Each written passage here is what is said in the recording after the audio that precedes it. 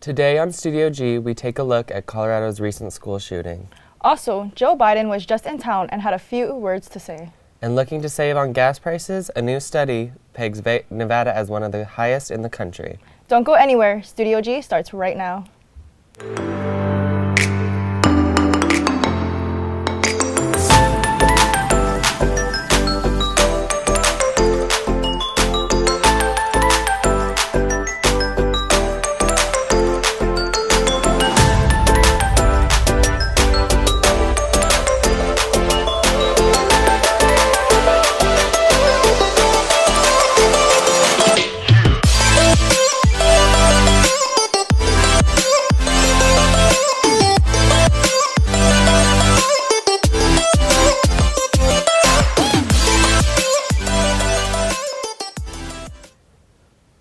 Welcome to Studio G. I'm Kristen Uidoy. And I'm Nick Sedbrook.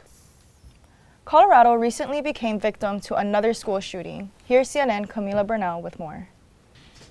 And if you had suggested to anyone behind me or in this room that within 20 years and 20 miles we would have dealt with Columbine, Aurora Theater, Arapahoe High School, and yet here we are again. A shooting devastates a Colorado community once again, this time in the Denver suburb of Highlands Ranch. Authorities say two students armed with handguns entered separate classrooms at STEM School Highlands Ranch around 2 p.m. Tuesday. One student who was just days away from graduation was killed. 8 others were injured. All of the victims that were shot have been released except for three children that are still in intensive care. An armed private security guard working at the school apprehended one shooter, according to the company, and fast-acting Douglas County Sheriff deputies responded to the call within 2 minutes of being alerted. We have an adult male that we sent out information on yesterday in custody. We have a juvenile female that is in custody right now, who is the other suspect. The STEM school is only 7 miles from Columbine High School, where 20 years ago, 13 people were gunned down by 2 shooters. No words can express the amount of pain and tragedy the state has constantly endured over these shootings. Hug your loved ones, and if you want to make a change, contact your local congressman and let them know. Coming up, we take a look at Joe Biden's visit to Las Vegas. And later, I sit down with UNLV film student Aaron Lockhart. If you'd like to see your name in the credits, you can join us. The Scramble runs on PBS Channel 10 and YouTube. As a student-run show, anyone can join us. You can be a reporter with the opportunity to be paid, learn skills behind the scene, and pitch your own story ideas. Add us to your resume by contacting UNLV manager Jennifer Ream in the Greenspun building, or email contact me, Katie Strite, with any questions or concerns at streik1@unlv.nevada.edu.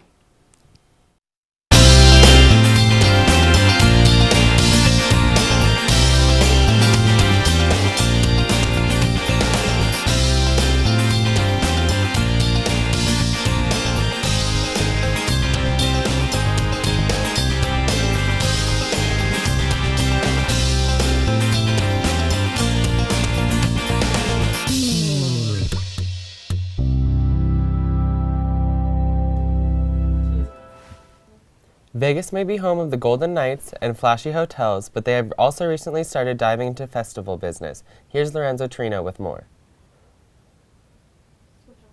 Was held this past week, taking place here at the Palms Hotel and Casino.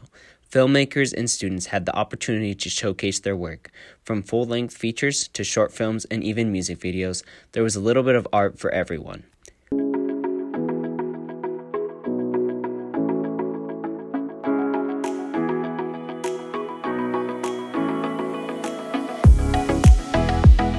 One of their most notable programs is the Young Cinema Lab. Every year, UNLV students are partnered with young kids who are looking to bring their imagination to life. From middle school to high school students, working side by side, a UNLV film student is tasked with creating a short film with them. A wide variety of films were shown at the festival. Some of the works in the Young Cinema Lab included animation, live action, and documentary. The film community continues to grow here in Nevada, and starting early gives these children an opportunity to get creative and learn the process of filmmaking.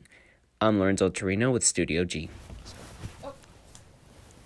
What a great opportunity for both kids and young filmmakers. If you're a film student here at UNLV and are interested in participating in the Young Cinema Lab, check out the film office located on the 4th floor of the building. Not a bad weekend for films going on, huh, Kristen? Not only is it a great opportunity for the kids, but we also get to see their talent too. So it's great for everybody. Yeah, have you ever thought about doing anything in film?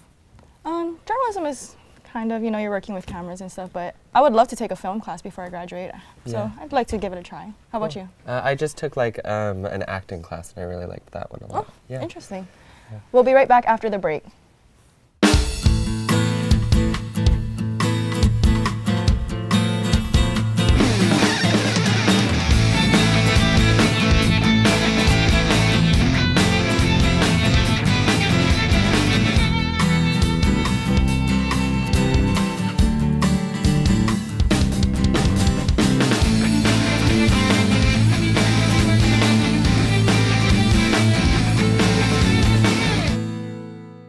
KUNV, I feel how I feel about it. It's great. I love it a lot. There's a lot amount of freedom. You can really do basically whatever you want. Very nice facility, very clean.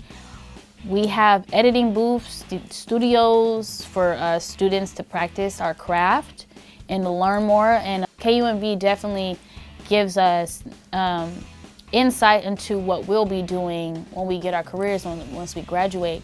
They give us free will and free creativity. I can gain experience to further my career in the radio broadcasting, board operating, to music directing, to even being on air, which is my main goal to do in life. So I can use all that knowledge to put towards my career in radio broadcasting. You will learn so much here at KUNV, and we have a lot to offer. Former Vice President Joe Biden came to Las Vegas recently to discuss his campaign to run for president in 2020. Here's CNN's Jeff Zeleny with more.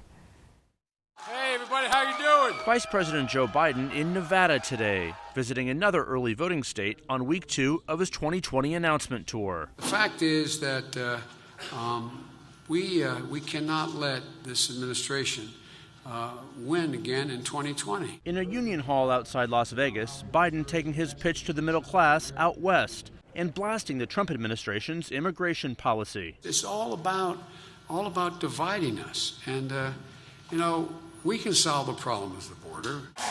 With the former vice president on the campaign trail, his wife Jill Biden telling CNN's Dana Bash why she knew her husband had to run for president again. Everywhere I've traveled across this country, people are coming up to me saying, he's got to run, Joe has to run. And I've really taken it to heart and thought about it, and Joe is such a unifier. He brings people together. While President Trump and her husband of more than 40 years have already engaged in a spirited back and forth, she had this to say about future attacks from Trump. I mean, we're not going to take his bait. Meanwhile, South Bend Mayor Pete Buttigieg urging Democrats to embrace religion, saying Republicans do not have a lock on faith. It's also important that we stop seeing religion used as a kind of cudgel, as if God belonged to a political party. And if he did, I can't imagine it would be the one that sent the current president into the White House. Buttigieg, a practicing Episcopalian, said many Democratic policies are more in line with social justice teachings of the church. The idea that is the property of the Republican Party, especially this Republican Party and some of the choices that they've made in recent years, it just doesn't add up to me. Next year's Democratic campaign has already started with some heavy competition. Look out for more visiting candidates here in Nevada. Coming up, Vanessa McConnell gives us an update on the weather. Don't go anywhere. The name of my show is V News Live. It's an alternative show. Pretty much the genre is not limited. We just interview anyone that's a business owner, celebrity, prominent figures in the community. We feature music, independent music, mainstream music, anyone that wants exposure through the Rebel HD2. There's no limit to what we expose through V News Live. My name is Vanessa McConnell. My show name is V News Live every Saturday from 2 to 4 p.m. Pacific Standard Time on therebelhd2.com. The name of my show is called The Night Grooves. My show is about just jazz, R&B, hip hop, gospel, just songs that I love and songs that I think my audience would love to hear, and some music that make them pat their feet, with a good beat. Hello, my name is Eddie Fleming. The name of my show is The Night Grooves, and you can listen to it on HD2, the Rebel station. It's been a pretty crazy week for weather. Are sunny days ahead, Vanessa? Oh my goodness, are you kidding me? It was raining yesterday, so I have more rain in the forecast for you guys. But today we have a 75 degrees with a high of 86 and a low of 64 with a 29% of humidity. So you know how that hair does when it's humid? You want to watch out for that one. So right now throughout the valley, in Centennial, it's 73, Summerlin 73, steady North Las Vegas at 75, as well as Las Vegas, Southern Highlands, Green Valley, and Boulder City, Henderson at 76, and Nellis at 77. This week, we have a really crazy forecast, Kristen, as you asked about the rain. Let me give it to you. Tomorrow, we have a 40% chance of showers, as well as Friday, 40% chance of showers, with a high of Thursday, 77, Friday, 76, Saturday, 77. But Saturday and Sunday, we have a slight chance of thunderstorms as well as cloudy throughout the whole entire day. So Sunday, we also have a slight chance of showers, so break out those raincoats. This morning on campus, we had a temperature of 75 degrees, which was really amazing considering the rain. But we have a gust of 18 miles per hour, so break out them wind jackets, visibility at 10, and as well as out of the north, we have winds at 6 miles per hour. Tonight, we have a high of 64, partly cloudy. Winds are light out of the north, and the humidity as well as still at 29%. So again, if you have allergies and things like that, you might want to kind of maybe stay inside the AC. You guys didn't know, this is National Teacher Week. So we want to give a shout out to Gary Larson here at Studio G. We appreciate everything you do for us students here at UNLV. As well, we have Nurses Week. So I'm going to kick it back to Kristen. Give me some more news. Shout out to Doc. When we come back, Nick sits down with UNLV film major Erin Lockhart. Name of my show is Folkways. My show is Americana, folk, and bluegrass music.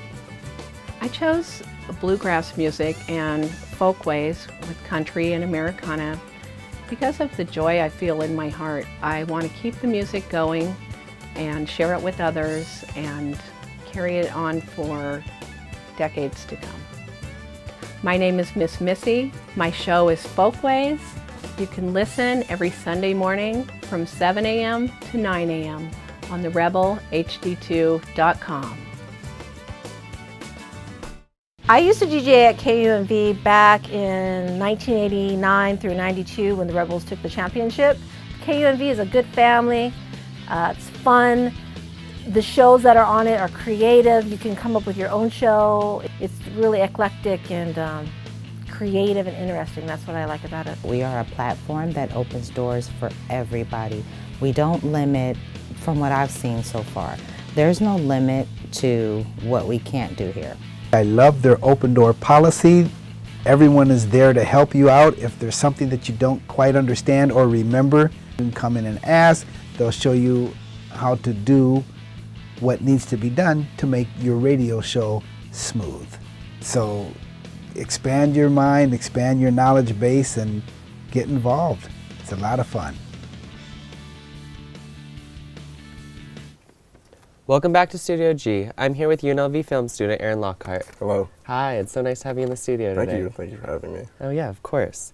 So you recently were part of the Del Sol Cinema Lab? Yeah, that's right. Can you tell me a little bit about that? So the Las Vegas Film Festival has a couple of youth cinematic labs where they basically pair up students with high school age students. This one's new. They also have the Young Cinema Lab where they pair up UNLV students with elementary age students. So with the Del Sol one, there's Del Sol actually started Del Sol Performing Arts Academy. They had just started a magnet film program this year, so they wanted to start a new lab and pair up their students with some of the UNLV students. So we had a group of, I believe, 7 students And then I just kind of came in and we developed their stories and listened to what they had to say and just kind of like built a film from the ground up. Okay, so like your role in helping was just like kind of being a mentor to them a little bit? Yeah, I produced both of the shorts that came out of it, and then I also got a couple more producers involved in it. So we weren't really, with the Del Sol Cinematic Lab, that differs from the Young Cinema Lab, is that the students, the high school students actually direct it, they write it themselves. They assist a cinematographer, so we find a college level or professional cinematographer. So we actually use the UNLV alum, Noah Curiew. He's a really great cinematographer. So we use him for both projects, and then the kids get to direct the camera. They get to cast their own actors if they want to. They can act in it if they want to, but it's just a really immersive like film experience. Okay, so as the producer for these, what do you do? Mostly like scheduling and like handling the budget and making sure that like the films are happening. It's just you want to keep the ball moving because we're on a short time schedule, so you know we gotta. Yeah, cool. So the majority of the work is the students. So. Absolutely. Oh, nice. How do you guys distinguish like what roles each student will be taking? In the first few weeks of like, well, the very first day, I mean, we find out like what their interests are, and then we kind of just pick groups. So we split them off into 2 groups, and we're just like, you know, does anybody want to be the writer? Does anybody want to be the director? Does anybody want to act in it? And based on that, for me personally, I picked a director, even though he said he didn't want to be a director. So I was just like, I don't know, but something like, I feel like you should get behind the camera and tell them what to do. You're like, I can see you're a director. Yeah, the potential. Why do you think this program is helpful to the kids? When I was 14, I took like a film studies class in high school, and that was like the extent of my film knowledge when I was in high school. And I had like a lot of passion for it and a lot of ambition, but I didn't have the resources or infrastructure to do something like that. So when I was, I had actually approached my professor, Wes McDowell. He is heavily involved. I believe he's head of the programming for the festival. He is also in charge of these labs. I mean, I found out about it and I was just like, if I was 14 and I could send myself at the end of my college years to myself in high school, like at that point in time to teach me film things, like I would have just, I don't know what I would have done. So I was really excited to see like what they were going to bring. Yeah, no, that's an amazing opportunity, I feel. What were some of the challenges you faced with this program? Scheduling. Scheduling? Yeah, absolutely. Can you tell me a little bit about that? Yeah, the kids, I was kind of anticipating having like 16, 17-year-olds, like some juniors and seniors in high school. They were all 14. Oh, they were like 2 or 3 16-year-olds, I think, but they were like mostly 14. So I'm like, hey guys, we gotta block out a scheduling. You know, we need to figure out what days we're shooting so we can secure a location. They're like, all right, cool, I'll talk to my mom. No one talked to their mom, so it was just like, okay, hey guys, we got it. So it was just like doing that. Yeah, at 14, time management isn't like a big skill. No. Definitely learn that a little bit later. No, Fortnite and TikTok, that's like, that's the 2 things. Oh yeah, those are pretty important nowadays. Yeah. How was the screening? How did that go? Oh, it was awesome. Yeah, the kids were, I felt dressed down. One of my kids showed up in a tuxedo with like a bow tie and all that. It was really adorable. Like they were ecstatic. I mean, they premiered it at the Palms, the Brendan Palms Theater. So we were in like a Dolby Atmos cinema. It's enormous. The sound in there is great. And then they just like, you know, got to immerse themselves in their own film experience. And what's really cool is after the screening, they actually bring us down for a Q&A. So, you know, the kids are being addressed as, you were the director of this film, what was it like in your experience doing this? Or like, you worked with camera, how was that? And, you know, I mean, there was the director of one of the films, she was like crying tears of joy. Like she was so like excited and nervous and all this stuff. It was like really cathartic for them to like get that out. Yeah, and that is such a great opportunity for them, I feel. Who did you help from Del Sol? What do you mean? Like who was the kid that you mentored, I think? Oh, they were, it was a group of kids. So I had gotten 2 producers that are also UNLV students, Michaela Valoria and Christian Eslava. And I kind of like had them head the production of each film. So one of them, Christian, had a group of 3 students, and then Michaela had a group of 4 students, and then I would just be involved in both films. Yeah, so it wasn't, what's different from the Young Cinema Lab is they'll pair one UNLV student with one kid. They'll write the kid's script and then help them film it. Whereas this one, again, we allow them the independence to like do their thing. Dang, so there was 2 films. Mm-hmm. What were the 2 films about? One of them was called The Tire. It was about a girl who's dealing with post-traumatic stress while she's trying to change a tire. She had like lost a family member in a car accident, and now she's like really stressed out trying to change a tire. The kids are dramatic. The kids thought of that idea? Yeah, they did. Oh my They came up with God. that. That is And crazy. That one was a drama, so I wanted to try and lean the other group towards making a comedy. So they did. They made a story. It's called First Day. It's about a pizza delivery girl named Harold who is delivering pizza on her very first day of work. And she delivers to an empty house, and she finds out it's not so empty, and there's a hitman inside that's trying to finish his mission. Is she the mission? Or? No, she's not. Okay. He has a guy like tied and bound like in this garage, and they end up befriending each other because the hitman's name is coincidentally also Harold. So they. Oh, okay. These are some creative 14. kids. Yeah, millennials they're tight. Dang. And how long were the films? I believe the runtime for The Tire was like 10 minutes and 15 seconds, and then First Day, I believe, was like 8 minutes, just about. Oh, cool. That sounds like a lot of good like work to help these students like find their passion and what they want to do. Yeah, absolutely. Cool. Well, thank you so much for joining us today. Yeah, thank you for having me again. Yeah. Don't go anywhere. We will be right back. The number one thing I like about KUNV is it enables an individual to express their passion and grow and share that passion with others. It's a wonderful gift that's shared by KUNV with students and community members alike. I love them because they gave me this opportunity, and I love the way they are representing the community and giving people from the community a chance to come in and, you know, do whatever they got to do with their music. I love KUNV, I love being here, and I love the people that I'm working with, and finally getting my chance to finally work in radio, which I've been wanting to do since I was a kid. So I'm very happy here. You'll really have the chance to grow and learn about radio from very good DJs and from management. We are here, and you can be here too. KUNV is a great place to be. Personally, I love KUNV. It is my sanctuary for creativity. I'm given an opportunity to come in and use the resources that we have here to create the shows and the broadcasts that we do. It is my favorite creative space to be in. I feel like the station gives students a platform to actually play music and actually a chance to get their hands in the radio industry without having to spend that money. I like KUNV. It's a community station. They opened up the doors to myself, also to other people who have a dream of being in radio or whatever the case may be. Have that energy from the city coming back to you while you're on a live broadcast. There's nothing like that feeling. They have producing workshops. I learned how to actually do play-by-plays for sports events. KUNV has done a lot for me as a student. If you want to do a talk show, a specialty show, music, it doesn't matter. There's a place for you to be able to come and give your voice to our community. In honor of Study Week, Urban Affairs is hosting a Feed Your Brain Mixer. Here's Lorenzo Torino with more. And lots of Scantrons. One of UNLV's busiest weeks of the semester has started, and the school is offering a new way to take a break.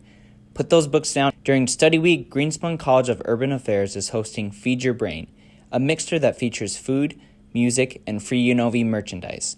The event is held to help students mingle and give them a break off studying for next week's final exams. Free shirts and HydroFlask were given away, while food such as bagels, muffins, and fruit was served. If you're looking to come take a break, come check it out. I'm Lorenzo Torino with Studio G.